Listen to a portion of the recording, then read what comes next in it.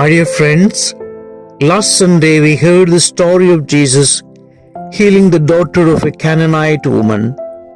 That story was set in the region of Tyre and Sidon. Today's gospel begins by telling us that Jesus had come to the region of Caesarea Philippi, which is just over 40 kilometers north of the Lake of Galilee. Here everyone was talking about him. Some spoke good of Jesus and others against him. Some came to call him a demoniac and a blasphemous. Others confused him with Elijah, the great prophet of Israel. Jesus now stops to question his own disciples. The disciples reply to Jesus, "Some say that you are John the Baptist, some Elijah, and others Jeremiah or one of the prophets." Jesus then asks them the personal question, "Who do you say I am?" It is Simon Peter who replies, "You are the Christ, the Son of the living God." This is how Peter responded to that examination, speaking for himself and for the other apostles.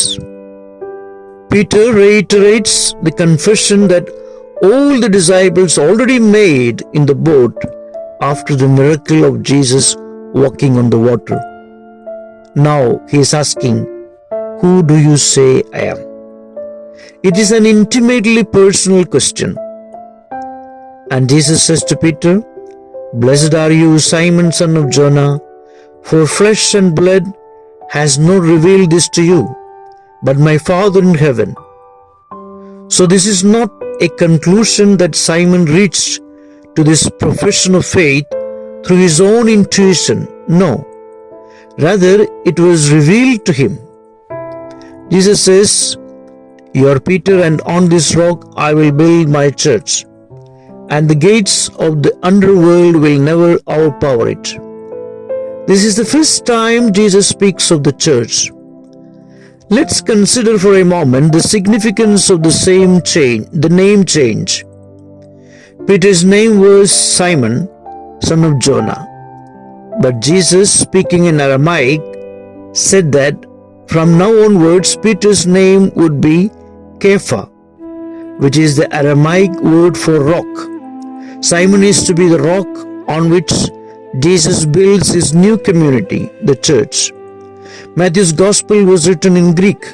In Greek it would read, "You are Petros, and upon this Petra I will build my church." So Peter is to be the foundation stone upon which Jesus establishes the church. Jesus has singled out Peter and given him a unique role.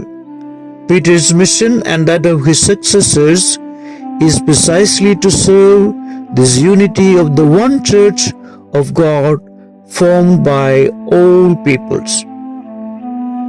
Giving him a new name means a new vocation and mission for Peter.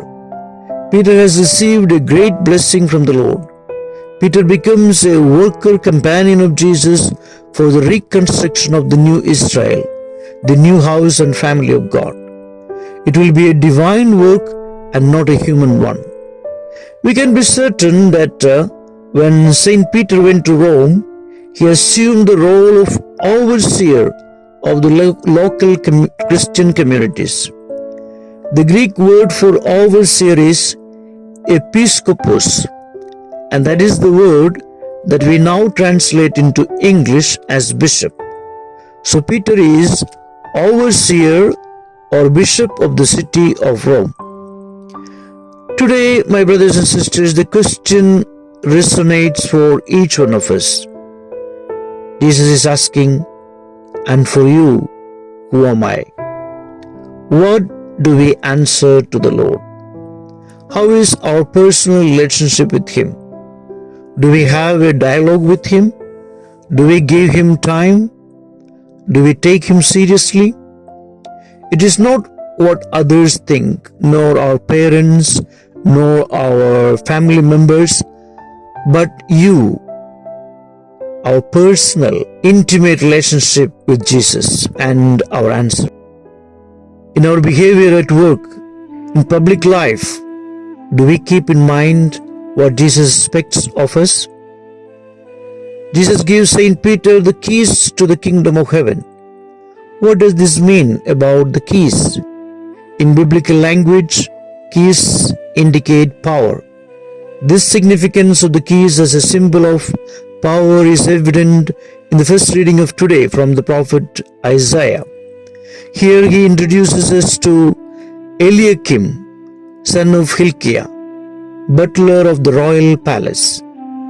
There is a talk of transfer of power in the palace. I will place the key to David's palace on his shoulder. What he opens, no one will close. What he closes, no one will open. This Old Testament reading is a prefiguration of the transfer of power from Jesus to Saint Peter, the first pope. The next promise of the Lord to Peter is, what you bind on earth will be bound in heaven. It is equivalent to saying, what you desire on earth will be decided like that in heaven.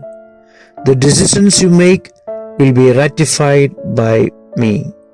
So once again, my brothers and sisters, we ask ourselves, for me, who is Jesus? How is he manifested in my works and life? Today, we conclude with a prayer saying, Jesus, loving word of the Father, who comes to plant yourself in our hearts, grant us to experience your presence in such a way that it transforms our entire lives. Amen. I wish you all a very good and graceful Sunday.